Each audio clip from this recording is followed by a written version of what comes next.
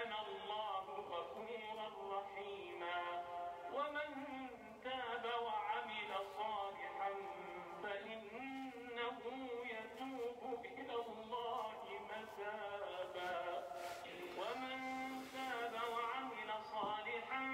فإنه يتوب إلى الله متابا والذين لا يشهدون الزور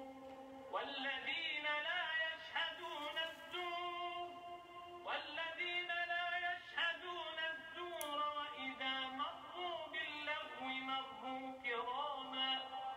والذين إذا ذكروا بآيات ربهم لم يخروا عليها صما وعميانا والذين يقولون ربنا هب لنا من أزواجنا وذرياتنا قرة أعين واجعلنا للمتقين إماما أولئك يجزون الغرفة بما صبروا ويلقون فيها تحية وسلاما خالدين فيها حسنت مستقرا ومقاما قل ما يعبأ بكم ربي لولا دعاؤكم فقد كذبتم فسوف يكون لزاما.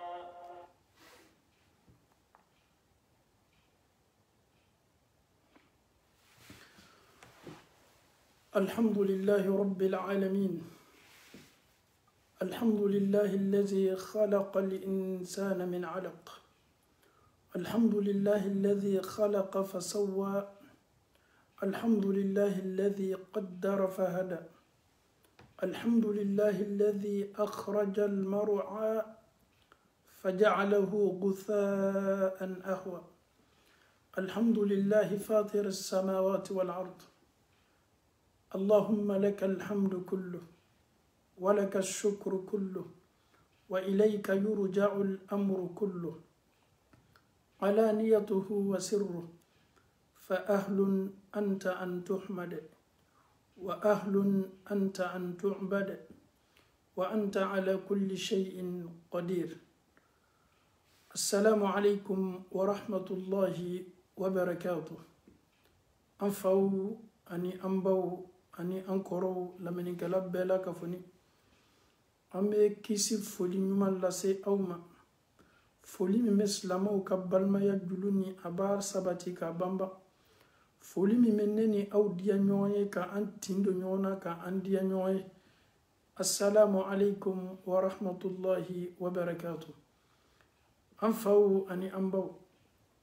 جاني أن يدو أنك بيو العدالة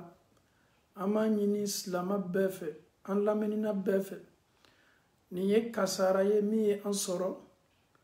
دو دين أن يرفنا دين فرنسي جمانا كا نيه دمسانيه نما فيليشي يربي سانسابالا كموري أكا سايكو فولا أنيه أما فنغو إنا لله وإنا إليه الراجعون كاكلافنا كدو سنما نياسي أن دين جما كابيني فرنسي جمانا كنو kaban ka duwawu kayi ka duwawu ka kan masawi nin demsen alau taala ya ka karfam nala shira majam fa folo san saba uma foi kenyana mala ame alau taala dali anyuma segi alau taala bulu kadi akaparuma kunno ya alau taala bulu ala mukela nin de anam masaw kan nyonyo nyuma latigo ni nyonche arjino kon alau taala bulu ala mukela alaw taala ye femi mina ola anyon nyumo be alaw taala bolu ko do ma ala mokela demsen yaka nyina maya flangan damna demsen kote kaburu nyina maya la ma korba ya ko taala ama alaw taala dal ka nyini islama befe ni funan keni ni petini muri min ka karfam nala ka do kai ama nyini ambadem befe. Alhamdulillah rabbil alamin ubaningo ambalma chado alisi rabbani me alhamdulillah ameriki jamana ma ninkle flanina kwa tun talabo afriki Alahu Ta'ala ye a ka karifa mina la Afiriki o fana sanba kan sela an ma bi a sigiyɔrɔ bɛnnen bɛ Ameriki ma ni ma fili alhamdulillah a bɛ bɔ so min na Laginɛ o ye Fɔala ye badenya ye nin de fɔ an ye ka dugawu kɛ ɲɔgɔn ye hali n'an ma ɲɔgɔn ye walama n'an ma ɲɔgɔn dɔn an bɛ dugawu kɛ an balimacɛ ye ka Alahu Ta'ala yafa ma k'a ka kaburu nɛɛma kɔrɔ denbaya minnu tola kɔ ka sabati don a ka denbaya la nin de ye Alahu Ta'ala ka lajarabili ye e bɛ b'i sigiyɔrɔ k'i bɛ na bɔ i faso la i ka karifa bɛ minɛ i la duniya fan fan Ala dɔrɔn de b'a dɔn an bɛ Alahu Ta'ala dali ka Ala yafa an balimacɛ ma Ala m'o kɛla ka gbɔnkunna k'a ma Ala m'o kɛla ale yɛrɛ tani ka fara an kɛni bɛ ka dugawu kɛ an den min ye n'a bɛ fɔ a ma Mori ka Ala yafa ninnu bɛɛ ma Alahu Ta'ala bolo Ala m'o kɛla ka anw fana labɛn labɛnni ko ɲuman na yanni saya don cɛ k'o ko ne ni aw ye Ala m'o kɛla alhamdulillahi rabbil alamin an faw ani an baw walagada min bɛ an bolo bi m'a ɲini lamɛnnikɛla bɛɛ fɛ bɛɛ la ka fɔ ni ye a tulo sinkan ma bɛɛ la ka fɔ ni ye a ka lamɛnnitolo sinkan ma k'a kalifa n na dɔɔni munna ka da kan kuma min fɔtɔ bi nin kuma de bɛ nana ka na sabati don silamɛw ka jɛkuru bɛɛ la a b'an ka sow seniya Ameriki a b'an ka sow seniya Laginɛ Côte d'Ivoire Mali Sénégal Dakar Togo Benin silamɛ siginin bɛ fan fan sujet min bɛ an bolo bi komi m'a to an ka sigidaw bɛ seniya an ka lakafolikɛyɔrɔw bɛ seniya ne yɛrɛ bɛ seniya e yɛrɛ bɛ seniya fɛn minnu b'a to an bɛ sabati bi ni Alahu Ta'ala sɔnna an ka walagada bɛ na buru o de kan danfɛnw ka sɔn hɛrɛ ma Alakira Muhammad sallallahu alaihi wasallam a bɛ nana ka na an baro belebele 4 na i ka ɲɛnamaya bɛ labɛn cogo min julumu bɛ julumu na Ala ka n'a to a ye ye ne ni e donni na n'o tɛ a julumu yɛrɛ kira ko sallallahu alaihi wasallam ko julumu ka belebele don ale de ka bon ni julumu bɛɛ ye n'a banna fɔla ko julumu dennin tɛ ele kana nin julumu ta k'a kɛ kulon ka julumu ye a dɔn k'a fɔ Ala kɛra bɛ kuma bɔ a nɛn kan k'a fɔ ko fitinin tɛ ko belebele don ele fana ka kan k'i jija kɛ i bolo kɛ o julumu na k'a dɔn k'a fɔ ko julumuba don ton prophète Muhammad sallallahu alayhi wa sallam il va te parler de suite là des péchés qui sont grands n'a yɛrɛ lala nin julumu ninnu na ko el-kaba'ir les grands péchés julumu fana ka belebele julumu minnu ka bon ni julumu bɛɛ ye kangarila don jaserimalali don hakilila kunu don pour que mantow kana taa bara o yɛrɛ la kiyamalo ka nin julumu to o kan Alakira sallallahu alaihi wasallam a ko a ka sahabaw ma ala unabbi'ukum bi akbaril kaba'ir sahabaw aw t'a to ne Muhammadu ye aw kibaruya wa belebelew ka belebele la wa julumu ka belebele la wa julumu minnu ka gbilin a fanga ka bon a bɛ adamaden mako sa a b'i ta tiɲɛ a b'i bɔnɛ i ka baara bɛɛ la a b'i ka duniya bɔ k'i ma zéro ye kiyama don hali n'i yɛrɛ tuma na a b'i ka sɔrɔ k'i ma fu ye hali n'i tuma sɔrɔ o ye julumu jumɛn o ye bi ni Alahu Ta'ala sɔnna ja ka julumu nin yɛrɛ to anw kan an yɛrɛ tɛ se société tɛ se bɛn na ka julumu nin to an ni ɲɔgɔn cɛ wallahi an ka sigida foyi tɛ se bɛn na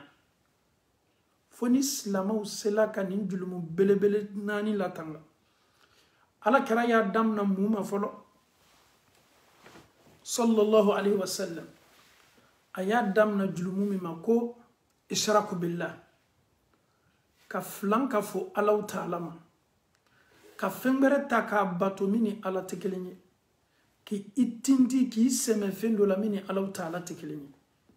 k'i makoɲa dɛn fɛn dɔ la k'o bɛ na e dɛmɛ k'i bɔ i haminako ni gaminako la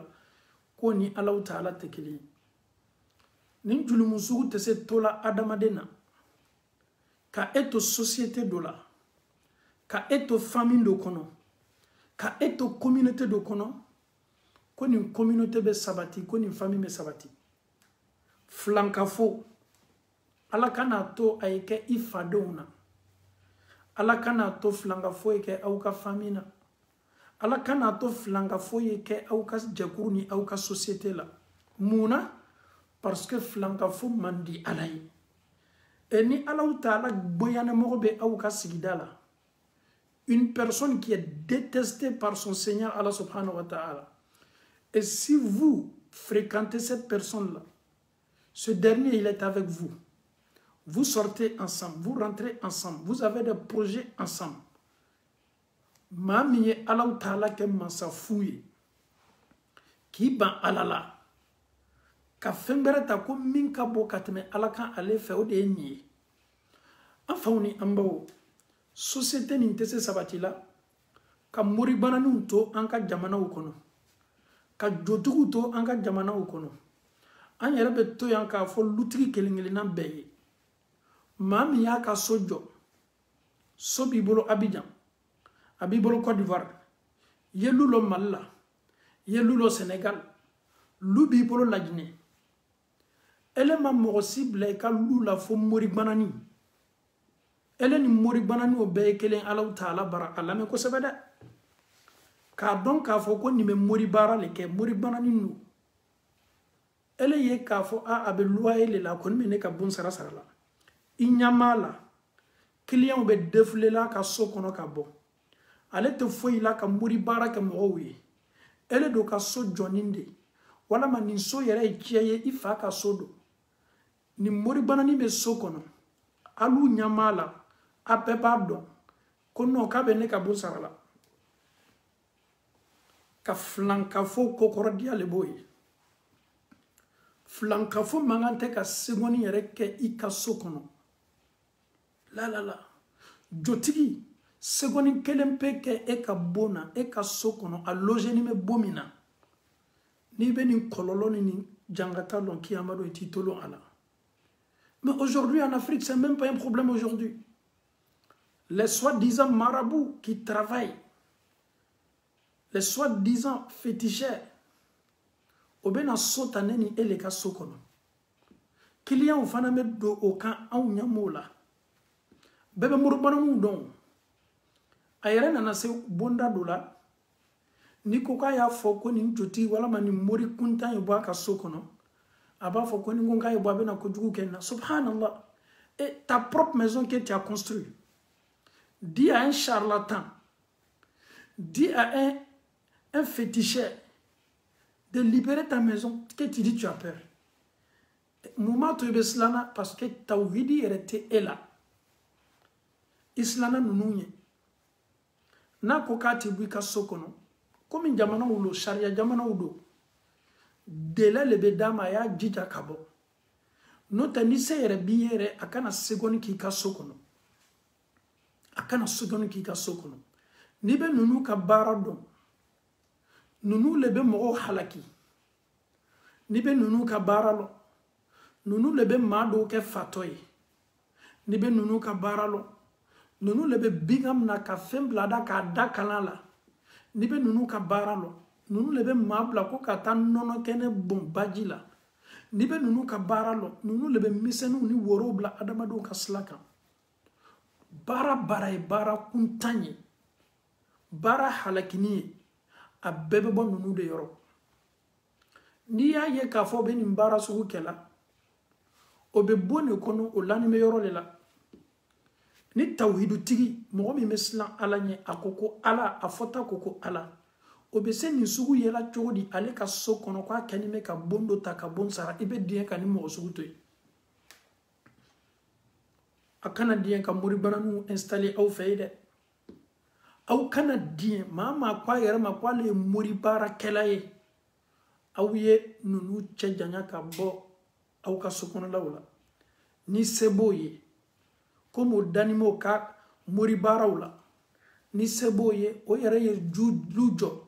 o bɛ don o ka lu kɔnɔ i b'o ka dɛsɛ lɔ yɔrɔ min na ninnu yɛrɛ dɔw bɛ hali bonsara tɔw kun adamaden kɔnɔna filini mɛ quelqu'un qui n'a même pas loyer et cette personne peut toi te rendre riche. Bon sarata kun ale sigini me ka client ne makono. Ni client tigela ma a ko be tiena ma. mɔgɔ min ma se a yɛrɛ kɛla fɛntigi ye o bɛ se kɛla fɛntigi ye cogo di donc an y'an jija ninnu maa sugu bɛ lulu kɔnɔ an fɛ farafinna a b'i ka quartier de la wa a ye don quartier mɔgɔw la k'a fɔ lu kɔnɔ mɔgɔw ye ko moribana ni mankan tɛ ka to so kɔnɔ filankafo don ala juguw don silamaya juguw don o tɛ foyi la olu le bɛ na sungurudenw bɛ nɔfɛ cɛko baara la kamalendenw bɛ nɔfɛ musoko baara la sinamusotigiw bɛ na o fɛ sinamuso tiɲɛ baara la musow bɛ nɔfɛ ko ka sinamuso den tiɲɛ olu y'a ɲɛnamaya bɛɛ ye mɔgɔ mako sali mɔgɔ mako sala sugu ni aw bɛ se ninnu bisimila cogo di chez vous à la maison c'est des malfaiteurs c'est des trompeurs galontigɛlaw don wuyafɔlaw don shetana ka maaw don ninnu ni maa si tɛ baara la fo shetana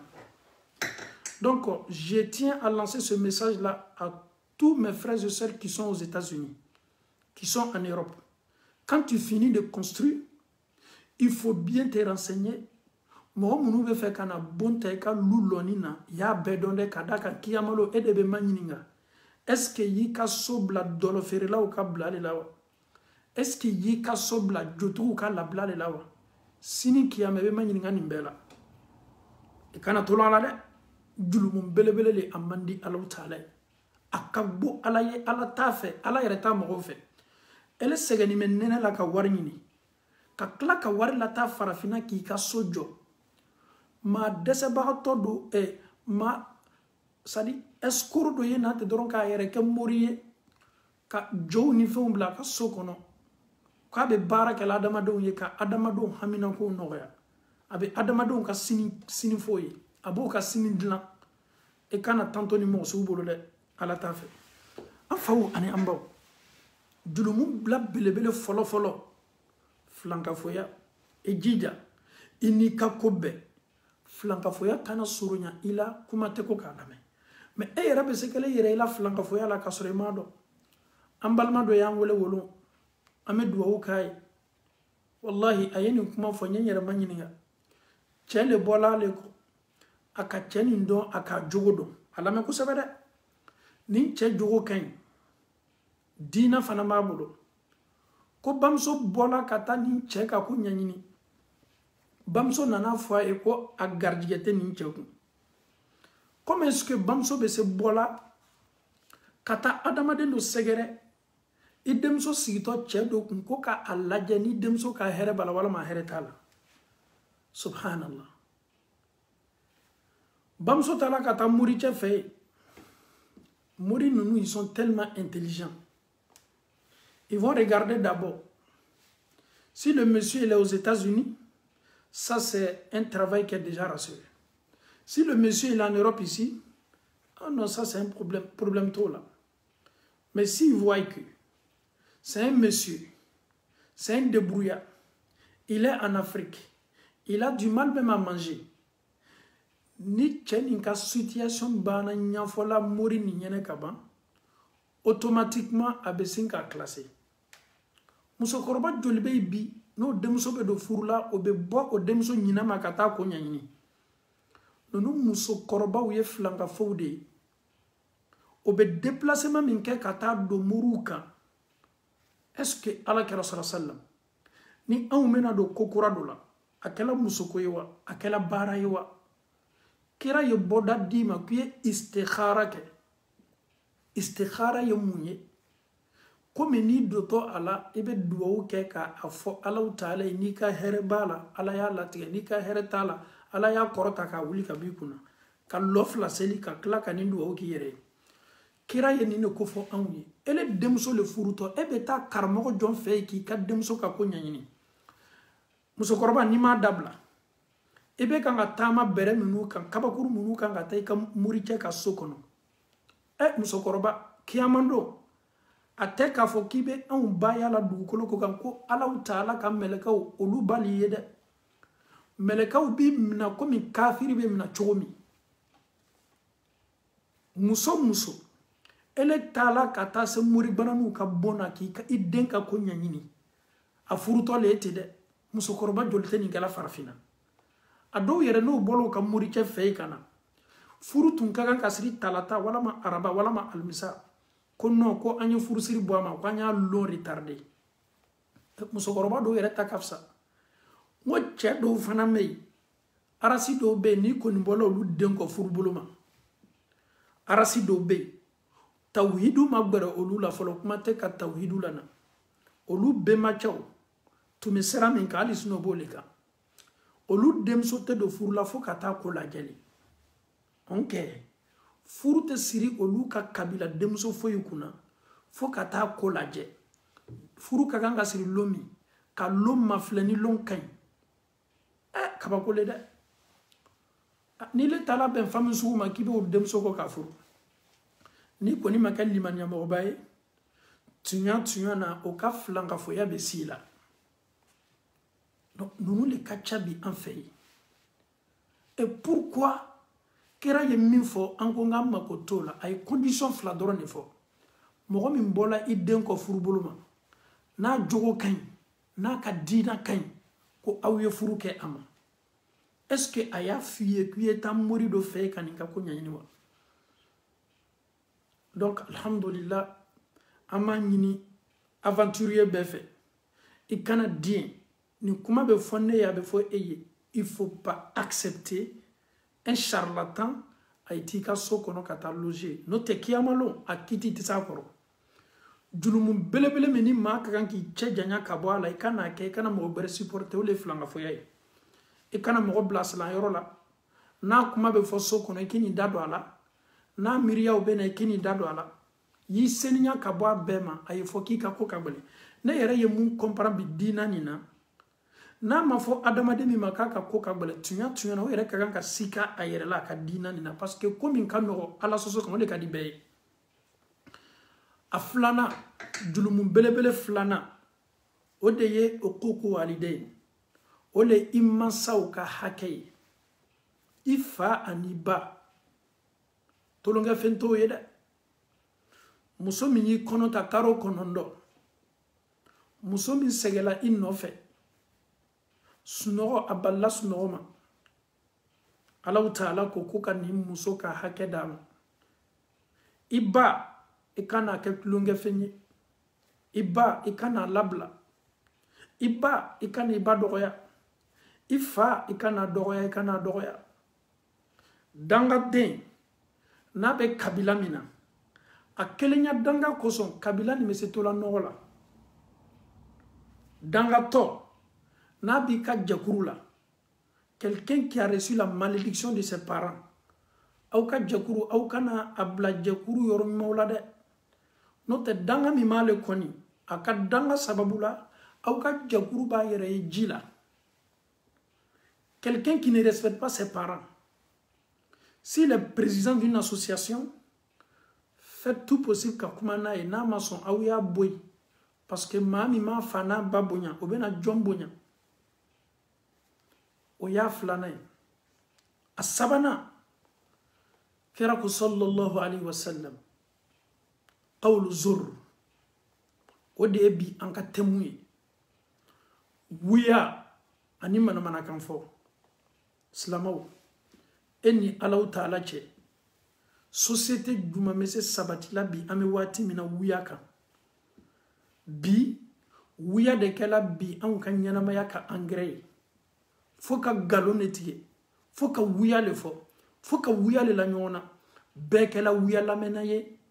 bɛɛ kɛla wuya fɔla ye wuya le fana kɛnimɛ bi ka ni société la marché subhanallah ala kɛra bɛ nin fɔla don min a tun bɛ position min na a bɔla o la kana muttaki'an fajalas a wulila fɔlɔ k'i sigi wuya ka bɔ Allahu Ta'ala ye ka galon tigɛ a ka bɔ Allahu Ta'ala ye bi wallahi galon tigɛla belebele fɔlɔfɔlɔ ye jɔnw ye bi aw ye hakɛ to karamɔgɔw do wuya fɔlɔ belebele minnu bɛ dugukolo kɔ kan bi a numéro 1 ye karamɔgɔ dɔw de ye karamɔgɔ jɔnw minnu ko k'olu ka diina dɔn ka tɛmɛ ala kira kan sallallahu alaihi wasallam minnu ko k'olu ka faamuya ka bɔ ka tɛmɛ ala kira kan sallallahu alaihi wasallam kunu an ba dɔ ye audio dɔ la na an ma ka bɛn an bɛ kalo min na nin n'a bɛ fɔ a ma ko rajaba duwawu kɛrɛkɛrɛnin do ka kan ka kɛ rajaba la seli kɛrɛkɛrɛnin do ka kan ka kɛ rajaba la sun kɛrɛkɛrɛnin do ka kan ka don rajaba la a ye nin video ɲɛnama labɛn ka tila fana k'o cori WhatsApp kan o fana bɛ kan ka balance groupe bɛɛ ni ɲɔgɔn cɛ yala o ninnu tɛ siran ala ɲɛ ka segin ka taa sigi kilasiw kɔnɔ ka kalan kɛ ka fara adamadenw na fili la kuma min daminatɔ fo ka taa s'a laban na a t'a fɔ ko ala kɛra ko ten rajaba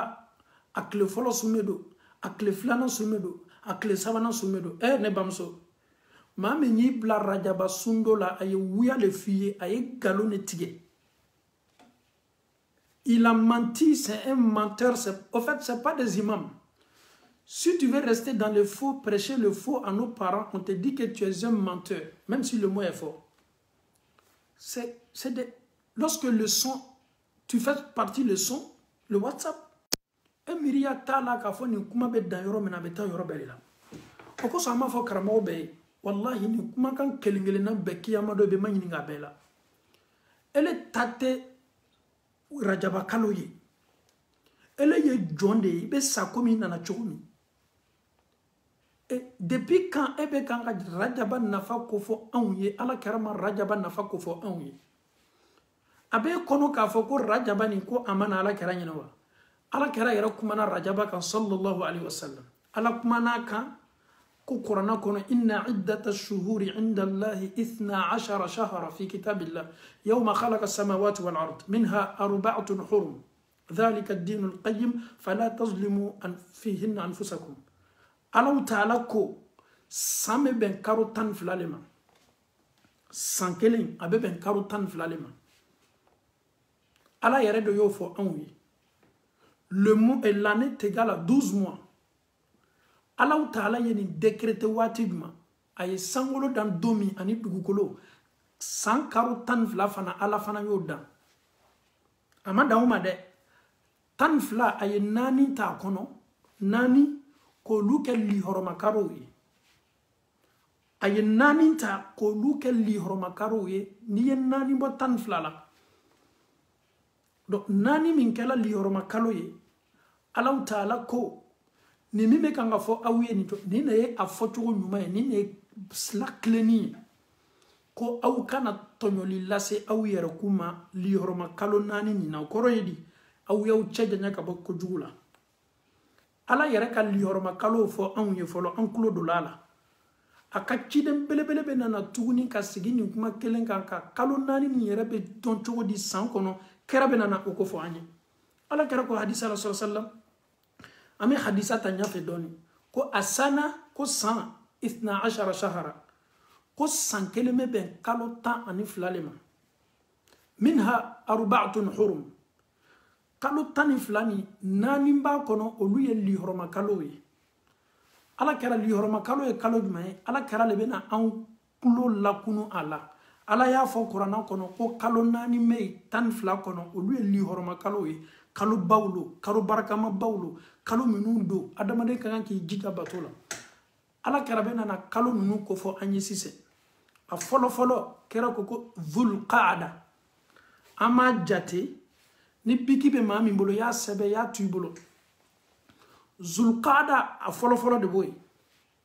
o bebe islamo ka kalo dolnama ame kalo minama fama ngo farafin kalo dhul qaada ye kalo jumai li horma kalo folo lale kira yara ko di ko kalo nani ni ko sabatu ni me nyona la sabatu ni me nyona keleme ale ba ta dana kalo sababu tuguni me nyona li horma kalo la ala karabena be fo anyi sisi sallallahu alaihi wasallam y a quelqu'un qui dit déjà que lui l'a gêné 4 jours. On va venir avec le jeûne de ce mois de Rajab. Zulqada oye donc makonoy ole bebe slama ou ka kalo tankelenama le 11e mois dans notre calendrier. C'est ça on appelle Zulqada.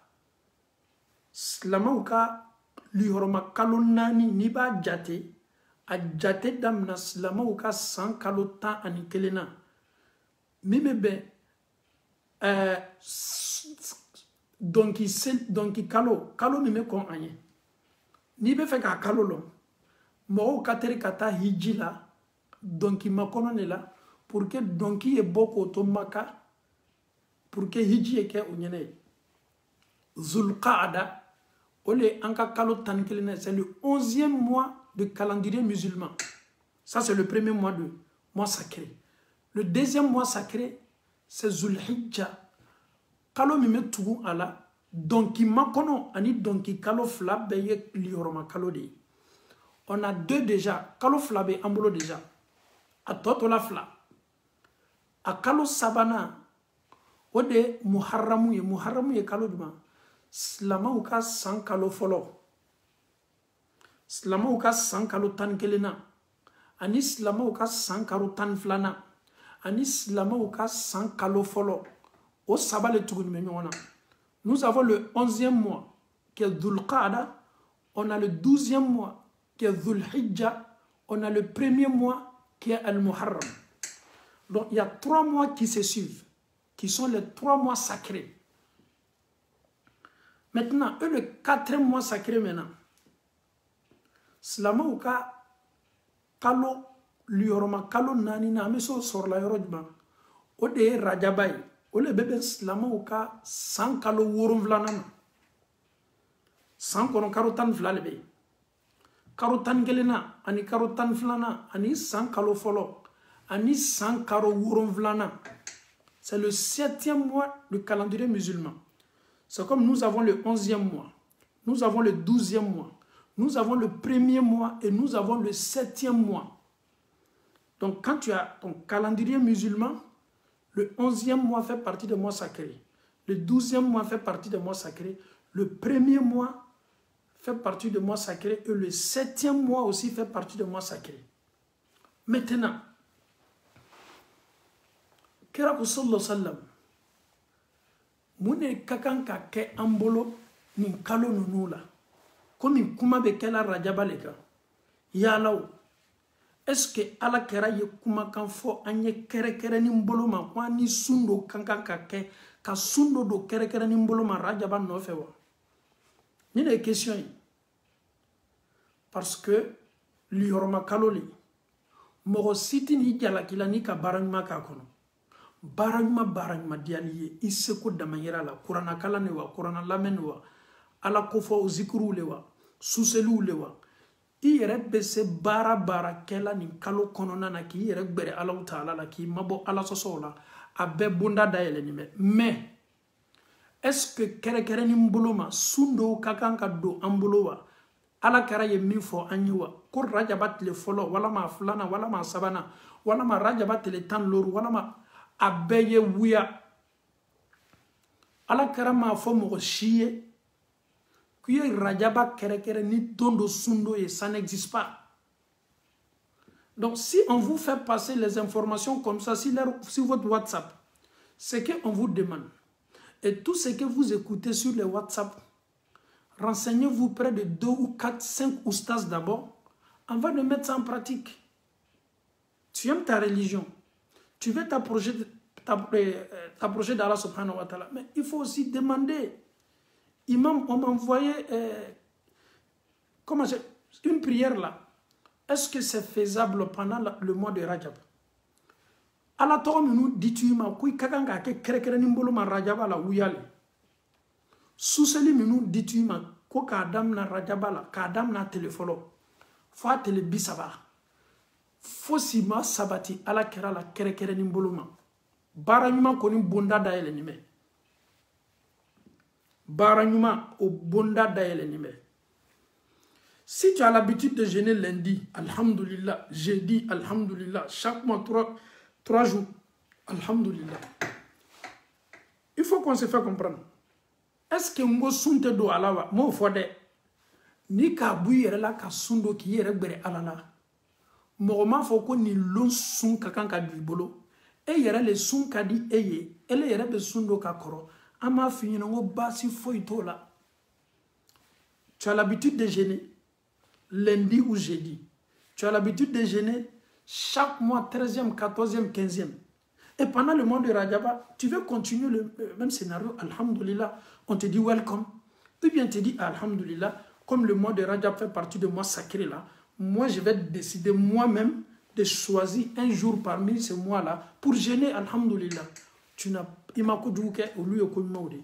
mais quand il de karama sera ko anye nime ko Rajaba astele flawa atele sabawa atele tanduruwa atele tan flawa kwa sun kainde akuma obe fabriquer ni chogole la asun kainde obe galone ele be Rajaba lon chogo chogo ite Rajaba loni ala kerai ele be Rajaba nafa don chogo chogo ite sa dona kateme sahaba uka ala kera kumana ka hadisa la ala kumana ka qur'ana kono ala kera rede Rajaba fo anye ala ko le ko li horma kalonani ala kera le nana hadisa la ka détail ka fo anye Rajaba lete. Donc on ne peut pas être maître plus que le prophète lui-même. Et ce qu'il nous a pas dit. Et mais pourquoi? Raison pour laquelle moi je donne ce conseil à tous nos parents. Si tu te vois dans un groupe de WhatsApp qui n'est pas du tout sunnite, c'est mieux de te yebwaka. Parce que nous n'avons pas pratiqué ka fiye i hakili madere ka mime. I kakanga zikuru ninke Rajabat le folola. I kakanga sunindo Rajabat le folola. I kakanga suseli ninke Rajabat nimbe kuma ude sinema udo. Olu miriya tese dola anka dina la Allah Ta'ala koko al-yawma akmaltu lakum dinakum. Anka silama dina ala koka ya dafa kadama. Wa atmamtu alaykum ni'mati wa raditu lakum al-islam dina. Dina min dafa la kadi ala karam. Nebe boni miriya e chogo di ka fo awi. Okosonko ma menu benam na kiyamalo fota folo la karamo la kado bala. Ils ont tellement paressé pour là. C'est-à-dire, Adamade Yerani Kela Nyanya, Ikela Almamiwa, Ikela Karamoyewa, Ikela Kumakela, Kumamini Kalanka Lakali. Il faut prendre ton temps aujourd'hui. Yokumani, est-ce que Mketo Kumamin Lakalani, est-ce que ça va bala? Mais tout ce que j'entends, je dis non. Defobado. Wallahi, Ali Kabini, Alayi, d'un clos Madrika Hadisa Dome. Ayarabe ke enyena ka foko hadisa nite hadisa nyumaye. Donc, mais elle est dit qu'à mafle, il se peut que cet hadith-là est authentique. Pourquoi? Parce que tu as pris ton temps. Ka ladja kanya, est-ce que ni hadisa min sabatila ala kerala? Ka doni kela ou ka avu me hadisa nika. Ni barabe se kela la, masha'Allah, ibata kika kuma kaka. Donc, ame galon bonda le kono. Ouya. En cas société sigimo le kambi oye karamo la kautay mais bi an yere ka sigida la je aujourd'hui ni meni wole ka wuya do foy ni meni wole ka wuya foy mami yi wole ka wuya fiye elema alaje mami na folie ni tu bala wala mani tu antala ele sina ki boloke kuma ola ka banka tigi mina ola ka banka tigi kele ka be oma. Ni eyere manyini ngala Allah Ta'ala barakiyamalo yenin karama sera kele kabe muma muna yi blako ele ni Allah Ta'ala ke etena malo ya iyere makiyamalo ala ntolo ye ni neme akakola kasoro kuma mindo tunya fo itala edo yi boloke ode la fo kasa yasima okoson Allah Ta'ala Qur'ana kono wallahi aye aya do fo aye ni aya ni wuya follow ayo bebla bunda kele kolon Allah Ta'ala ko Qur'an sen mamba kono a'udhu billahi minash shaitanir rajim bismillahir rahmanir rahim fajtanibu ar-rijsa min al-awthani wajtanibu qawla az-zur am beko ko jobato may am beko ko bolibato ko Allah Ta'ala to lufe Allah Ta'ala ka bolibato jobato ani wuya follow ayo lule bebla bunda kele koron yoroni la subhanallah ka sigi ka wuya fabriquer ki sigi wuya yere fabriquer li la ka fotoro muna parce que mawye etano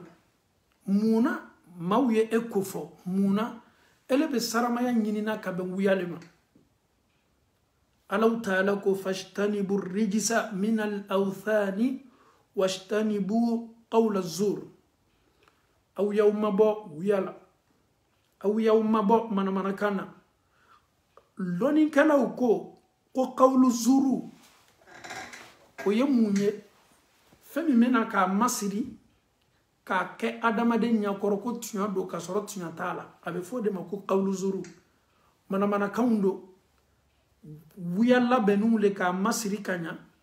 abe di kilo do ma o fana ma ta ka taa se kilo do ma o fana ma ta ka taa se kilo bɛrɛ ma bi an ka société fani bɛ nin de la kɛlɛ dɔ bɛ yen a ye san 20 kɛ kabini an bɛnbaw ka waati la walama a ye san 50 kɛ walama a ye san 70 kɛ mɛ wallahi ni seginna kɛlɛ nin ma k'a fɛsɛ i bɛ taa sɔrɔ kɛlɛ nin yɛrɛ juba dɔ bɔla yɔrɔ jumɛn wuya ale le n'a banna do la ko la nin ko tunya lɔn ko bɛ gbɛlɛya wuya a daminɛna wuya kan a basela wuya kan i bɛ ninnu to wuya nin de la wuyaw le bɛ masiri bolo bɛ taa kɛ ko gbɛrɛ la kɛlɛ bara wolo fan bɛɛ fɛ ka sɔrɔ a daminɛna wuya le kan a supasema ye wuya a daminɛ ye wuya a ko bɛɛ ye wuya wuyaw le totɔ ye sisan sa ka t'i bolo kɛ fɛn dɔ kan société sigini mo le ma ele ni Allahu Taala cɛ maa jɔn bɛ se sabati sɔrɔla k'a to wuya kan billahi i tɛ sabati sɔrɔ i ka ɲɛnamaya la n'i bɛ tɔgɔ ko de la i tɛ tɔgɔ sɔrɔ k'i to wuya ka ɲɛsin ma n'i ye fɛ silama ɲumanw y'i lamɛn silama ɲumanw b'i lamɛn mɛ n'o y'a dɔn k'a fɔ ko e ye nkalontigɛla de ye lamɛnni nin kɔ bɛ k'i ma jarakili de nin de ye bi an ka société wuya bɛɛ bɛ wuya fɔ wuya yɛrɛ kɛla bi adamadenw taa n'a ye ka wuya la i mɔgɔ ɲɔgɔn la ka wuya ta k'a fɔ mɔgɔ ma ka wuya lamɛn ka ban ka wuya lakali donc a sabanan o de wuya ye aw ye wuya conséquence lajɛ ala kɛra ka hadisa dɔ la sallallahu alaihi wasallam hadisa min ni ala kɛra y'a yɛrɛ ye suko la mɛlɛka 2 nana ka n'a ta kumana surunya bolo ma o nana cɛ dɔ siginin sɔrɔ taama nin na k'a to suko la o ye muru dɔ cɛ da k'a da farafo yan ka ban ka muru dɔ a da yan k'a da farafo yan kɔfɛ sa ala kɛra ye mɛlɛkaw ma ɲininka o an tola taama la o cɛ min da tun bɛ kan ka fara yan ani k'a da farafo yan ko nin ye adamaden sugu jumɛn ye a fɔla ala kɛra ye ko ninnu de wuya fɔlaw ye i mantow na o ka wuya sela fo duniya kun 14 bɛɛ fɛ ka sɔrɔ nkalon de o bɛ min kan k'a fɔ nin tiɲɛ foyi t'a la donc wuya fɔlaw tɔgɔmasiri kɛtɔ tan ni kiyama lon o ka wuya sela duniya yɔrɔ yɔrɔ la olu da le faratɔ fo o yan kiyama don ko ban ko o da fankelen fara fo yan ka da ka ye min fɔ nkalon de ni maa yɛrɛ banna balikuya la lutigi cɛbakɔrɔ ka sigi yɛrɛ ka wuya fɔ est ce que i tɛ maloya i yɛrɛ ma wa c'est à dire ka sigi ka wuya fɔ billahi min kali Allahu Taala la aw bɛɛ y'a kɔrɔbɔ aw bɛɛ y'a kɔrɔbɔ i kɛla muso ye wa i kɛla cɛ ye wa i kɛla maakɔrɔba ye wa i kɛla denmisɛn ye wa kuma dɔ mɛn ko maaw y'a nkalon la i la un exemple que je donne adamaden bɛɛ bɛ se misaliya ta la ye tulo ye kuma dɔ mɛn ko mɔgɔw y'a fɔ ka sɔrɔ e ni Allahu Taala cɛmala la e sɔn t'a la maa min kɛtɔ a fɔli ye n'i y'ale ma ɲininka ko nin kuma bɔla min ale kɛtɔ a fɔla ko a ɲ'a mɛn karama sera le da karama sera fana n'o ma ɲininka la n y'a kuma mɛn min o fana kɛtɔ a fɔla ko n k'a mɛn karama sera le da i b'a dɔn k'a fɔ ko wuya ye wuya ye min bɛ n'a lakali malgré wuya le o fana bɛ dɔ fara a kan a bɛ fɔ min ye o fana n'o b'a lakali a fana bɛ na ka na dɔ fara a kan o fana bɛ fɔ min ye min bɛ lakali c'est à dire kuma mɛntɔ tulo la ni dada kɛtɔ a lakali la bɛɛ fana b'i ka wuya dɔ ta k'a don a la donc adamadenya bɛ se taala ɲɛfɛ cogo di ka adamaden yɛrɛ minɛ ka a jasi i da la wuya la donc ala kɛra ko sallallahu alaihi wasallam qawlu zur aw ye wuya dabila aw kana nin wuya jugu fɔ aw y'i mabɔ a la kira ko hadisa la sallallahu alaihi wasallam ko iyyakum me awma ni wuyaye ko wuyate adamade na tayorosi fo cieni te adamade na tayorosi fo jahannama. Donc société te se sabati la nya sima ki ni mauto ñon fe minu balu e wuyaye o kanyana maya bela ni yo manyininga nklo le ya me ni ne fola nyina ka be ni musuma ni ne fola nye ka be ni chema a fola le yele anyama ye anyama saratala min fola le ale yere sinaka otako ketunya e ayere bolo kira kuma sallallahu alaihi wasallam ala unabbiukum bi akbar al kaba'ir ita to me julumu ka belebele fiwa min kaboni julumu be adole iti wiya billahi wiya chama foli yede e ado yere be no luba la kali luba foko astagfirullah ele yere ka to komi la kala islami me folo a foli e nyana chugumi e yere malala mais e yere be fe ka la kali yere ko astagfirullah parce que kalo e ka to min folani alla kalle e spervuti bolo imanya nyini min kadi ele la yida ki bombo ye yida mne kana la kali parce que be fangale do la wuyala adamadiya bi adamadiya base ni me komi ka be odete ka galon tige ka galon la nyona ki boloke wuyala ni misaliya min fo sise akela muso akela cheye modo be si kelela ki kon ki igboya ya dusukuna muna wuya min foli kan akulo dolala anima derika sigi ka kuma fale folima do awni nyonche ima musomnala ima ademsomnala ima ka warde tourner ama kabini ala yere an adan anya makekelen ka nyonyo folo me wuya min fola e kan ale nyene ale be sinki bloqué ola ale fana me ekele ni wuya yo fokata se sayama he mani nyo hakili doya e adama de nyala ki base kuma do kan nkulo le ya me ko do le ya fo aka yalo est-ce que mami ko kata ma nyon fe mami ko ni karama sera mandinye ni muso ni mandinye kamene ni chani mandinye e mo min ko ki mandaye est-ce que be se herefola e kanwa ce monsieur là je l'aime pas. Et une personne qui déclare comme ça, qui ne t'aime pas, et dis-toi que cette personne-là, il va seulement dire des choses sur toi qui ne sont pas du tout vraies. Donc, Allah karako sallallahu alayhi wa sallam, ala unabbi'ukum bi akbarul kabair. Sahaba ko ala karakani ma foka abeka nga lasigi i olu eraslana.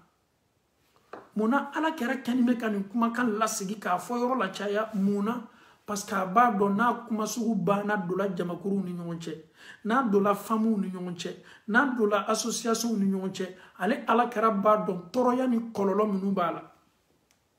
aya fo hadisa la sallallahu alaihi wasallam ko wati do na to mantuma an sela wati mabi akodi ko yusaddaqu fiha al-kazib ko wiya folo le kuma kan ke to tala ko tuati wulo subhanallah jonya fo dan fun ka son herma mogo bena bori wuya falaw le ko olu le kuma kan tato mogo bo olu le partager olu le be aimer mogo bolo olu le be liker mona parce que a kenime ka tunya dogo wuya le tato bolo ole fana kadi mawye wuya le ni tato ka labara ko yusaddaqu fiha al-kazib ko wuya falaw bena tunya tigiya mogo bolo kera de afo subhanallah ويكذب فيها الصادق كنت تيغو منو كلمه كا الله تافو كا كيرا تاكيتوفو اولو كما كان بلاغباسي كان نيني كا او كما كان تا كا دوفوني فمبلا كو كما كان تشي ماوتولو كورو والله على كراين فصل صلى الله عليه وسلم تيغا تيغو لو كما كان كيتو لاغباسي لا ويا فولو كما كان كيتو تيغا تيغيالا اما داوما ده كوم ما منو يلا ديري société la ma telenundo o be se gala sajouye o yere be se gala maye ma minu bo yere bonya ko olu bela ka foni be na manogo obolo subhanallah e somo wala gbawo obolu bela ka foni ke madenuye antata somo ha cha kwaye nunu toy nunu bela ka foni da flekelen la olu hakili le be sinka adamado mano ka adamado dambe u boala o dawla muna parce que galo min mo olu da ko ye fole fanga soro kera ni no sallallahu alaihi wasallam yusaddaqu fiha al-kadhib ko wiya folaw le bena tiyantigiya wa yukadhabu fiha sadiqu tiyantigu ko lu makan bena ke galoni amanda umada kera ko wasayantiqu fiha ar-ruwaybida na wati sila kera ko sallallahu alaihi wasallam ko majiginu loni min tola ibo lu beye ko bena kuma domenika min loni tola ibe do yereye abe alakara hadisa daile amakala hadisa loni tala do yere be qur'ana be tawbulo qur'ana yere kolo kalanya yere madon olu bela kafoni ko be do fo islamala kera ko wasayantiqu nin wati sila ko kuma keto wallahi comedian be kenime bi kabe ala kuma kan lasi tolongela be kabe ala kuma tambi ka lasi yalo parce que ele keto femi tala ka lasi ima loninke akalantila e keto ni sauna ko le fola mawye ka mawbla barala mi masabatiwa wala ma ema mindo e keto le fola ema qur'an do ema fasari do ema sababu nuzulu do ema hadisa na choko do ema fiku do ema tawhid do e era fana koko e fana kala kawani likala yalo ebe na kawani likamuna donc kera yeni ne fo ko wasayantiqu ko kuma keto kuma kala dola ni wati la abe fo maminu mako ruwaybida e mami me docteur yala ale ka opération don abe bana don adamaden farila o tigi mandere ka avion boli kala o ye avion ye mo ba kono ale ye boa ka docteur so la ka bena avion piloté ka mo ta katane jome son ka to docteur abara docteur yale ama foi non avion borila wala ma avion borila ale ma foi non avion boriko ale na do classe de la kabe do mo do kalana donc nine ko ye bi comme nous kenime bi ka adamado nche ne be sarangala ni min fo an fawni ambawi e sabari yika kiyama nyasi joro wiya lame isenya kabala wiya fo abu donina ni seyere be anye lutigi sigana dien ka dendi chemi na jogo wiya ba donina kera ko sallallahu alaihi wasallam mumini wati dola naka limanya jigila mumini meseka jene yake mumini abeseka sunyalike shetana bese buli yala kanka nimbeke mais ala kera ko sala ko mumini te sunyalileke mumini te uya fo parce que uya ale le bena kana société yelema ka kodo nyombolo julumun do be abese yela mumini sona adama de ya yere la fo yakuso ebe ay wati do la be jenge sonyali obese kala donina bele ya wara waraka wala ma abara yere ala sobunda kono abara yere jene yala mais ibe ni jogo kuntam be me mumini ka me jogo do be ay ayere kasini o mo le wuya foy ala karaba do wuya e femi banado na bana bla la société la ale to wolo foy la fo wuya be wolo abe wolo wuya le la ale le bena na kana dusukun boya nyoye ale le bena na kana adamado nkodo nyombolo ale le bena kana miriya ubla mau kuna kana adamado ni nyoma ale le bena kana famu chien ale le bena kana sigi kasa ale le parce que na bana kela ka ba lanantia le burto ka boy e mami ndani me ela no yo kuma do me eka kasoro tinyatala ale koni ni ebe nyana ma ala me lanantia le te ale la tuguni kana ema muna parce que galo min tigela ikana le kulo dolala société du mamese sabati la nimi société du mamese nyefeta sor la nimi e do yere fana mo kanyana mayala olu fana sigini me ka fanga di uyalema o ba donc a fo kuma mi me kanga fo galoni o ba donc a fo kuma mi me kanga fo uyale o ba donc a fo ko kuma mi me kanga fo tunya fo istala mais subhanallah juguya yere nofe besenkoniya nofe nyamboya nofe nin tigi taye chien nofe wuya min fola o bebe sinka do wuya bunda kono Silamɛw n'i ye fɛ Ala ye sabati don i ka ko la, Ala ye kunkɔrɔta ni kɔrɔta ni ɲɛfɛtaga d'i ma, to tuɲa kan hali ni dunuya bɛɛ ye tuɲa bila, i kelen pe y'i bolo sɛmɛ tuɲa la, i kana tuɲa bila. Sahabakɛ dɔ ye Alakira ma ɲininka sallallahu alaihi wasallam, a ko di hadisa la, mɔgɔw tun bɛ na ka na Alakira ma ɲininka baara ɲumanw de la, n bɛ se baara ɲuman jumɛn kɛla ka arijinɛ sɔrɔ? A ko ale kelen de ka Alakira ma ɲininka baara jugu la pour que a y'i cɛ janyana ka bɔ baara jugu kɛli la. Kira y'a lali, kira ko a ma sallallahu alaihi wasallam ko ale le ko Alakira i na min kɛla anw ma ni silamɛya ye, anw y'an bolo bɛ ko bɛɛ la ka tugu diina nin kɔ, hɛrɛ jumɛn bɛ yen min ka bon anw kan an y'an bolo bɔ ko minnu la nin k'an bolo kɛ silamɛya la, est ce que ko wɛrɛ bɛ yen tuguni wa min bɛ se ka anw manɔgɔ wa, min bɛ se ka anw lafili wa? Alakira ko a ma sallallahu alaihi wasallam ko bɛ yen dɛ, parce que olu hakili tun tɛ se sɔnna ma ni maa banna kɛla silamɛ ye ka ban, fɛn wɛrɛ bɛ se nana k'i détourner ka bɔ nin baara kan. Kira ko labasaninw dotɔ kow la, diina nin bɛna labasan, maaw bɛ n'o diɲɛnɛkow don a la, maa dɔw tulo bɛ fɛ ka min bɛ diina nin na olu kɛtɔ mɛnna ka sɔrɔ a dɔ t'a la. Kira banna ko di ko welelikɛla dɔw natɔ dɛ, maa dɔw natɔ dɛ, olu kɛtɔ aw welela ka taa jahanama le ba. Subhanallah, kira de ye nin fɔ wa ko du'atun ala abwabi jahannama, ko welelikɛlaw do nunu tɛ yɔrɔ si, nunu jɔnnen bɛ jahanama tasuma dala le.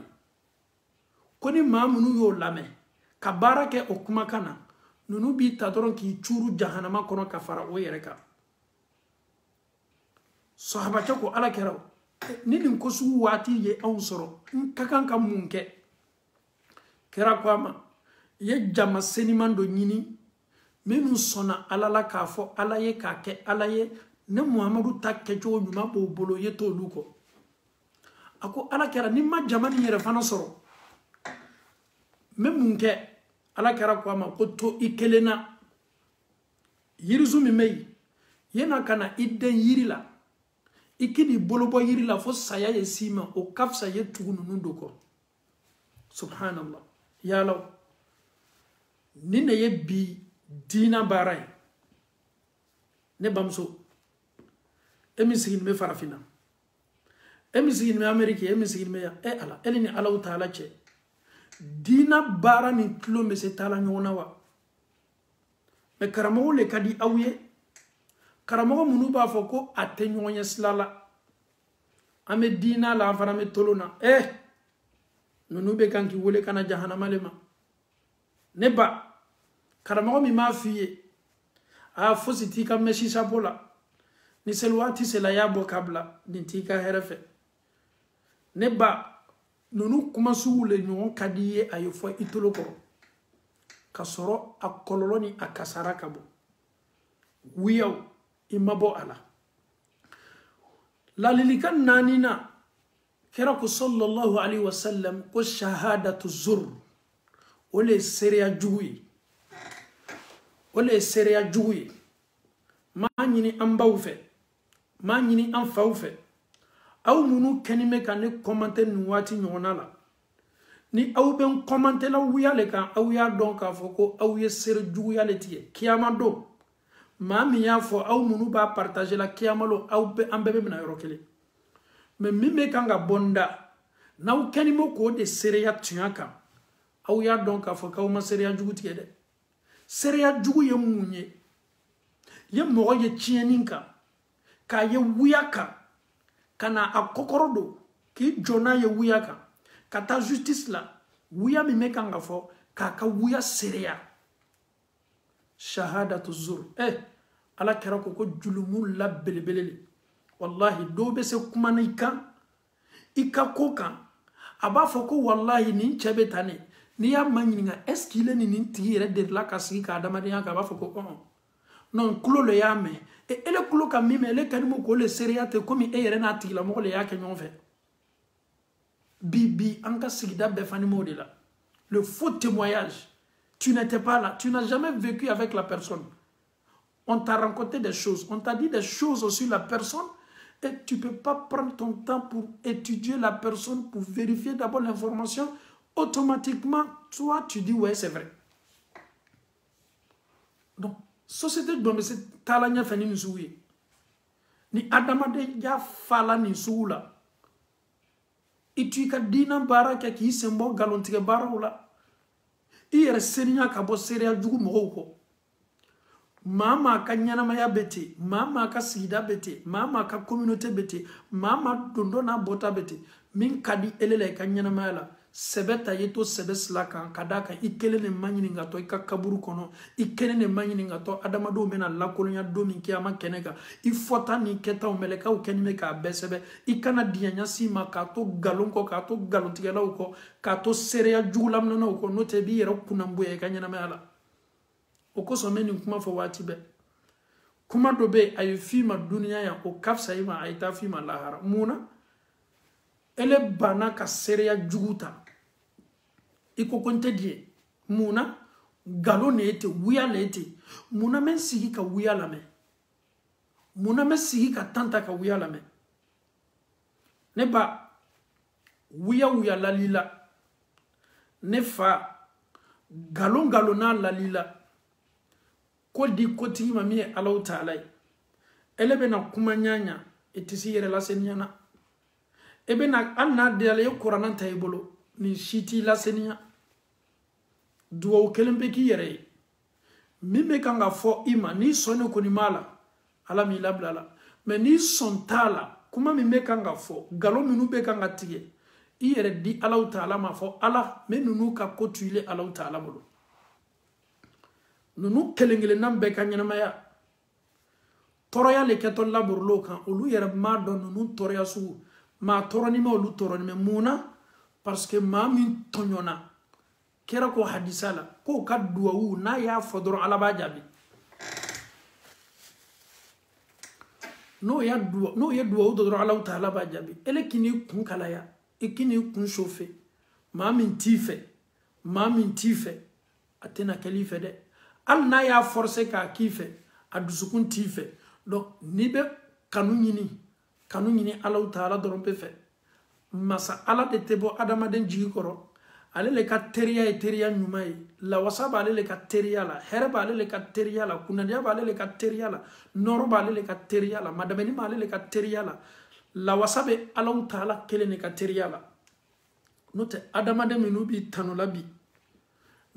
tanula ni ka do dusukun bo ka laje ka yara ka ila ele yere be yere ele yere ibeslan ni ne kanime kan tanu te ja dusukun metane yele nimbe dusukun kumunime muna ale yere ka nyanama ya dete ite voyiri me dusukuni chieni me dusukuni menya sima nele ko kibe adama don ka dianyale nyina du koloko ka no le baraka diye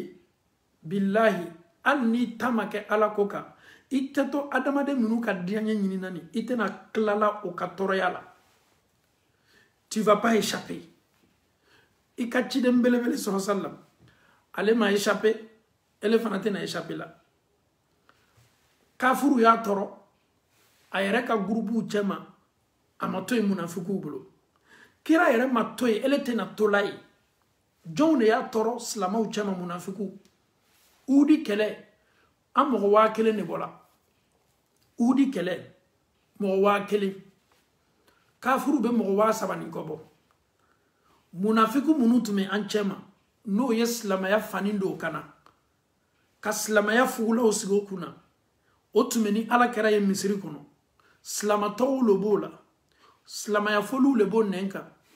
ambo min kala kata udi kele kayoro mo wa kelen chema munafiku kumana nyon tolo koro anteni dabla ba antan ko seiba ninana abe fe kambla kelele la ani makaka o kele tuntani nyonche munafiku kumana ni nyonche o ye nyon la muruti mo keme saba o sela ka mo mi la muruti o nyonche ni mo keme saba bola mo wa kelena atobe to kema woromvla mo kema woromvla be se chudi ka mo wa saba kele mo wa saba ni fana ye kele la ben san kele o be kanga kele la be muna parce que badru kele olu faw benala Khalid ibn Walidi allo na ale tume kafuru ka kele ɲamɔgɔya la Abu Jahili dencɛ Uqba o tume yen Abu Jahili dencɛ tume nin kɛlɛ kɛnɛ kan Abu Sufyana tume yen Maka kafiri baw bɛɛ tume yen donc olu ye kɛlɛ min labɛnni yɛrɛ yɛrɛ la san kelen o bɛ kan k'o yɛrɛ labɛn anw n'olu le ka kan ka na kɛlɛ kɛnɛ kan an mɔgɔ 1000 olu k'i mabɔ an na. Imaginons un peu le prophète sallallahu alayhi wa sallam a jɔnni bɛ nin jɔyɔrɔ min na subhanallah maa minnu y'i bolo sigi a kɔrɔ Madina ko olu fana cɛ ma ko mɔgɔ dɔw tun bɛ yen a ma se ka diya olu ye mais ala kɛra ma diya bɛɛ ele bɛ jɔn de ka diya ɲɛ ɲini na ne fa i t'i ka silamɛya baara kɛ y'i ka sɛbɛ ta ka kuma kuntan ninnu kɛ kɔfɛ ko ye ka avancer n'o tɛ i tɛna avancer la dɛ i tolo nin i b'a ci de i b'a kɛ komi maa tɛ i b'a kɛ komi ni wulu kulela ka kule ka ban ka sɛgɛ kulela a bɛ sigi fali ni fali kulela fali bɛ kule ka kule ni fali sɛgɛla kulela a bɛ sigi ele kana maa lagɛ i ye taa ɲɛfɛ kira sallallahu alaihi wasallam jɔyɔrɔ nin ma filɛ ci min nana ka na an ma a n'a ka sahabaw mɔgɔ gbɛrɛ sɔrɔla nin cɛ ma o kɛra ala kɛra la e ɲinɛ k'a tɛ k'e la wa n'i bɛ gurupu la n'i y'a ye k'a fɔ dɔw farana ka bɔ i la a dɔn k'a fɔ k'a ma daminɛ i ka gurupu ma kira ka gurupuw la munafiku dɔw farana ka bɔ ala kɛra la olu fana kɛra ala kɛra jugu ye ni kani ye yɔrɔ yɔrɔ ko kura tɛ a ma daminɛ ile la a tɛna laban ile la wallahi nin don kira yɛrɛ lɔnni bɛ ka sahabaw lajɛ qu'est-ce qu'il va faire mɔgɔ 700 300 an bɔla ɲɔgɔn fɛ o ko kumakan di yan o ko k'o tɛna n janfa la o ma janfa kɛ waati si fo an bɛ se surunyana kɛlɛ kɛnɛ kan waati min ni nin yɛrɛ kɛla ten dɔw fari bɛ faga o 700 min tora olu fari bɛ faga c'est une manière pour affaiblir le prophète et tout ce qui maa kɛni bɛ k'i lamini nin balimacɛ i man di nin bɛɛ ye dɛ hali n'o yɛlɛl'i la ka don n'i ye ka bɔ n'i ye a bila i kun na ko i tɛ ninnu yɛrɛ fana ka diya ɲɛ ɲini i bɛ Alahu Taala le ka diya ɲɛ ɲini na maa min b'i janfa fɔlɔ ni bɛɛ o ye i ni maa min bɛ ɲɔgɔn fɛ mais le prophète sallallahu alayhi wa sallam a sɔnna Alahu Taala ma a diyɛna Alahu Taala ma a ma sɔn ka décourager a ye nin kɛlɛ labɛn ni stratégie ɲɛnamaw ye min kɛla Uhudi kɛlɛ ye kuma la surunya bolo ma nin kɛlɛ kunfɔlɔ diyala silamɛw la ala kɛra sallallahu alayhi wa sallam a tun ye kalanfililaw placer kuru kan mais kuma la surunya bolo ma kɛlɛ nin laban kɛla lajarabili gbɛlɛ silamɛw kan an ka ciden belebele sallallahu alayhi wa sallam a bɛnna ka ɲin kari nin kɛlɛ de la a jogila nin kɛlɛ de la munna parce que kalanfililaw ni ala kɛra tun ye ladilikan min di sallallahu alayhi wa sallam ladilikan ma labaara ka ɲa Alahu Taala ko a ye kuranna kɔnɔ i bɛ ko min m'i kan nin n'i t'a kalama ala bɛna f'i ye ala ko Muhamadu ma idha ja'aka almunafiqun maa minnu kɛni bɛ k'i lamini nin i ni minnu bɛ don ka bɔ la nin ala b'a dɔw lɔn ninnu dɔw t'i fɛ i man dɔw ye ni n'o ye ɲɔgɔn ye n'o nan'i ma o b'a fɔ tunya na i ɲɔgɔn tɛ yen Alahu Taala ka danfɛnw na anw sereyala e de ye ciden yɛrɛ ye o bɛna ka na nin kuma de f'i ye qalu nashhadu innaka la rasulullah no tunya na e de ye Alahu Taala ka ciden ye o kumakan ne ten n'o banna fɔla e ye ele b'o dusukun lɔn mɛ ala le b'o dusukun lɔn Alahu Taala ko ale Alahu Taala b'a dɔn ele Muhamadu y'ale Alahu Taala ka ciden jɔ mais nunu kɛni bɛ ka min fɔ nin wuya fɔlaw lo o nɛn ni o dusukun tɛ kelen mais o bɛ don n'i ye misiri la ka seli n'i bɛ seli o lɔnni bɛ k'i kɔfɛ n'aw ye ɲɔgɔn bɛn salamu alaikum n'i y'o ye o bɛ silamɛya sawura ni i tɛ se o lɔn na nin ne ka jugu sigida la ko min ma ala kɛra ma tila ko min na o est ce que e bɛ se épargner la wa tu veux pas tu seras entouré des hypocrites si tu es sur la vérité. Si tu dis Dieu et son prophète sallallahu alayhi wa sallam, tu seras aussi comme le prophète était entouré avec les hypocrites. Tu veux pas. Ceux qui sortent avec les news, mais nous botoni galon ye, a bɛ bɔ i yɛrɛ kɛrɛfɛmɔgɔw de la kuma dɔw bɛ ci so fan bɛɛ fɛ k'a sɔrɔ tiɲɛ fosi t'a la bɛɛ b'a lakali nin m'a fɔ yan telefɔni bɛ ci yan k'a sɔrɔ a bɛɛ ye wuya ele yɛrɛ b'a dɔw mɛ i bɛ yɛlɛ ko le parce que i b'i yɛrɛ ma ɲininka mɔgɔ tɛ s'a fɔ la ko nin ka di ne ye walama n ka di nin ye ne bɛ se kibaruya sugu nin ta la k'a cori Allahu Ta'ala ko ittakhazu aymanahum junna ko mun de b'a to la kafiru munafiku ninnu i tɛ se la o lɔn na Ala bɛ n'o le sekere fɔ ittakhazu aymanahum junna o bɛ to ka kali min k'i ɲɛkɔrɔ ye o ka kali ne ta k'a kɛ sutara ye junna k'a kɛ barrière ye i kana o visage yɛrɛ yɛrɛ lɔ le prophète sallallahu alayhi wa sallam ya Rasulallah ya Muhammad wallahi wallahi on t'aime wallahi tu es un prophète le fait qu'ils sont en train de jurer là c'est une manière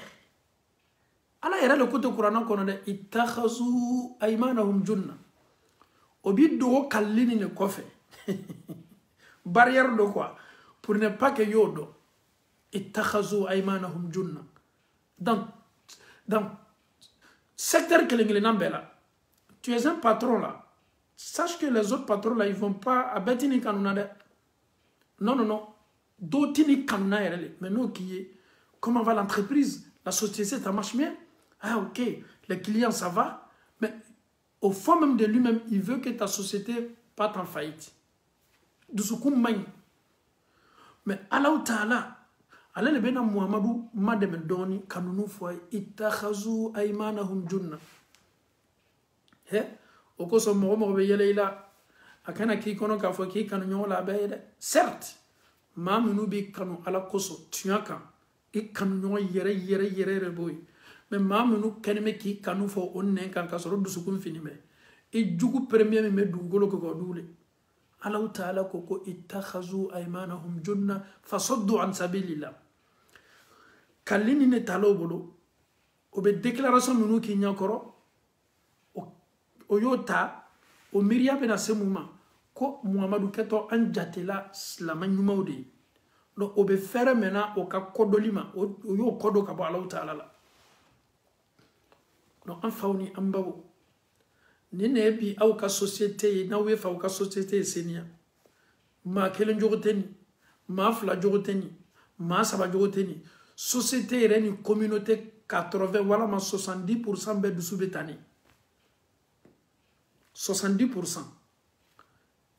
ni jɛkulu kɛmɛ sigiyɔrɔma ni 70 bɛɛ kɛla tan ni Allahu Ta'ala cɛ est-ce que olu mɔdenw n'o tulo samaw tɛna na ka na o yɛrɛ sɔrɔ ni fitina sugu la dusukun ma se ni ɲɔgɔn ye dusukun nɔgɔnin bɛ i ni min bɛ don kelen ka bɔ kelen ye o kɛnin bɛ k'i bonya o kɛnin bɛ k'i keleya ni ne ka jugu ni ko bɛɛ ye a dɔw ta ye mun ye tuma dɔ olu ɲɛnɛ k'a fɔ ko place ko don non ni nin kɛla ta dɔrɔn nin bɛna place ta mais yala o place min ni kɛnin bɛ ka bori a kɔni maa dɔw de kɔnna e ye nin place la olu sala ka nin place to e fana bɛ sa k'a to yen donc an y'a dɔn k'a fɔ ko société nin tɛ se sabatila ɲasi ma société nin tɛ se ɲɛfɛta sɔrɔla ɲasi ma ne min bɛ kuma na k'a daminɛ n yɛrɛ kuma n ye dusukun seniya ele min bɛ ne lamɛnna k'a daminɛ e yɛrɛ fana bɛ dusukun seniya an y'an dusukun seniya ɲɔgɔn ye min bɛ kan ka lakali ka fɔ karama sera kan n'i kɛri bɛ ka karama sera min ma k'a bisigiya ma ka miiriya dɔ ta i kunna karama sera ma n'i ma nin baara dabila wallahi n'i ma nin baara dabila ele ka ɲɛnamaya i tɛ kunkɔrɔta sɔrɔ e bɛ tɔgɔ min kɔ i tɛ tɔgɔ sɔrɔ i ka tɔgɔ ɲini yɛrɛ kɛ tu ma nɛni ne an ye Allahu Ta'ala ɲɛ an ye wuya dabila wuya ye fɛnba ye a bɛ famille kɔ don ɲɔgɔn na a bɛ société kɔ don ɲɔgɔn na a bɛ communauté kɔ don ɲɔgɔn na a bɛ jɛkuru kɔ don ɲɔgɔn na a bɛ adamadenw bɔ ɲɔgɔn bolo a bɛ adamadenw bonya ɲɔgɔn ye olu dɔw tɛ kɛ ɲɔgɔn ta ye tuguni fo ka taa se saya ma ka bɛn mun ma ka bɛn wuya ni wuya supporter ma ka wuya sereya law aw minnu bɛ réseaux sociaux kan anw minnu bɛ réseaux sociaux kan wuya bɛ sereya di i ye wajibili dɔ lamɛn min ye wuya ye i ye intervention dɔ lamɛn e yɛrɛ b'a dɔn k'a fɔ wuyali ele ye sinka o ta tuguni ko partager mais ele kenime ka fitna jumane créer ou bien kuma be kan ka ken ma min kan o yere le mandi eye al na soro mime kan ga fo ma tuya tala yere bado mais ebe sinka o ta ko partager a donc a fo ki wuya français ele be mina ni joni mala ka soro e yere kenime ka juguman ba de keti ele kenime ko tigi le madame kiyamalo ele ka baranmo ole nato andiane taw talala ni koni ye fe ka bara ke adamaden sini atigi ye ka bara nyumata to ni bara bunda kono kana wuya sereya ikana ka wuya folay imaba wuya fola o ko son cheni muso yere ni nyonche ni wuya bana sabatila furu te baraka ko cheni muso yere kana lanyo kana wuya me nyone ka même un couple un mariage quand la femme est menteuse ou bien l'homme il est menteur ni flash shite la nyona parce que wuya bana jugudo abana ni akabele nabe adamade yere la ni mansa bana dona ka foki wuya folay ifaya donc ye galontier la di iba oya donc ye wuya folale et tout ce que tu vas dire à tes parents là ni bana kuma doron obekuma ta ka là parce qu'ils savent que mon enfant là tu es folablo ikana dans société la ni wuya ni ebana kuma na kaba ni to bana fola ko karama sera le ni fowa kuma obeta kalai eni Allah taala che ebe dien chodi eye ke ma manoni e moda ni ele kuma na fanfa mashila nintila muna parce que eye wuya le taka kiteri eye wuya le taka barakala enye na ka foko wuya min tatu bolo ni kabini la yele sanfe kasoro ni wuya kala ne niye binne unda ka nyasi meta kala ma subhanallah wada'i al-kadhuba wala yakun laka sahiba fa innal kadhuba la bi'sa khillan kuma kala doko kuye wuya toy wada'i al-kadhuba imma ba wuya la wala yakun laka sahiba eleni wuya kana ke teriye da e kana ka wuya teriye wuya kana ki teriye ko wuya ka teriya kwa nyon teriya jugutei segale fana ma teriya la donc imma ba wuya ka teriya la akini bla sege bagato ka bunda kono akini ke bolo kuna nen to ma sere yoro la an ni be kan na ni mawyi obeje parce que besla ni meni nana iketo mo taminta la iketo alla basana wuya le la wuya fola te foye wuya foko wuya fola be sa wuya le la wuya fola nen fana samato ala kiyamalo adamaden haklima ma yeke moye mo mi meto aka dambe bunda kono ka wuya mabo ala ikana gbere wuya la karamo ya kotola karambali ya kotola commerçant kotola senekela kotola adamaden yere bela kafoni ya yere senia ka bo wuya ma nan kan yere senia ka bo wuya ma ame munyanga société la iba yanga société be clé nan fana ma wuya seria iba yanga société be clé meni anye wuya takabara kala kabanka wuya yere fana taka seria tunyana ni société ite fosi ma kono wati be ni mankaunte ni keleute ni koromatigelute ni nyon jebewute ni nyon burujawute muna parce que wuya le sigini me wuya ka wuya le fana mena kana kuma wuya ka ame Allah taala dali kan neni au senia ka bo wuya ma kan neni au senia ka bo wuya serialima kan neni au senia ka bo ala kara kerefe minu ya toro na foloma Allah taala bolo ko munafiku do ko do to jahannama tasma bela duma o ya toro ayara tumala be minke fo nunu do de la kelen denana ni chami ala kara toro ayara wolode Abdullahi ala kara ne do fayi toro ne do fayi anslama toro ala kara te dien ni fa kuntige ka bo ala wa pour que ambe ya yere soro a fatu mislama le chema a fale tumeni nouvelle kuntan la se damna slamaya ayes lamaye mislama mandai ala kara ko am Abdullahi ni le ki fafa akato fola ki fafa akato fola ko Muhammadu ska sahaba do ya ka sahaba do fa o nouvelle no fana tala jugu bena sawa wala de ani nunu ka koto Allah taala bolo subhanallah atebbe ne Muhammadu ye nunu faga n'o tɛ nunu yɛrɛ ni fagali ka kan o et ala ko maa minnu ka kan ka don jahanama tasuma bɛ dugu ma. Le monsieur il dit le jeune il vient voir le prophète. Prophète, donne-moi l'autorisation, moi-même je vais tuer mon propre papa. Il t'a trop fatigué, ya Rasulallah. Aïe, c'est que kodjou. Mais, ni ne fanime en ka société là. Ni tche Abdullahi ibn Ubay ibn Salul. Abdullahi ibn Ubay ibn Salul. Anaka élément. Donc, nous nous besida bela, obes la communauté bela, obes association bela, de ce qu'on flatou, les décisions de talo bolo, ils sont faibles d'esprit, ils sont faibles à manipuler. Olu yereb be fait kake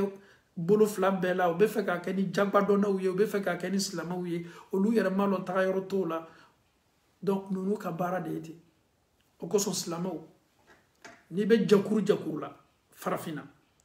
Ni be jakur la Amérique. Ni be jakur la Europe. Tout tunyako et kana compter dans fem foi kan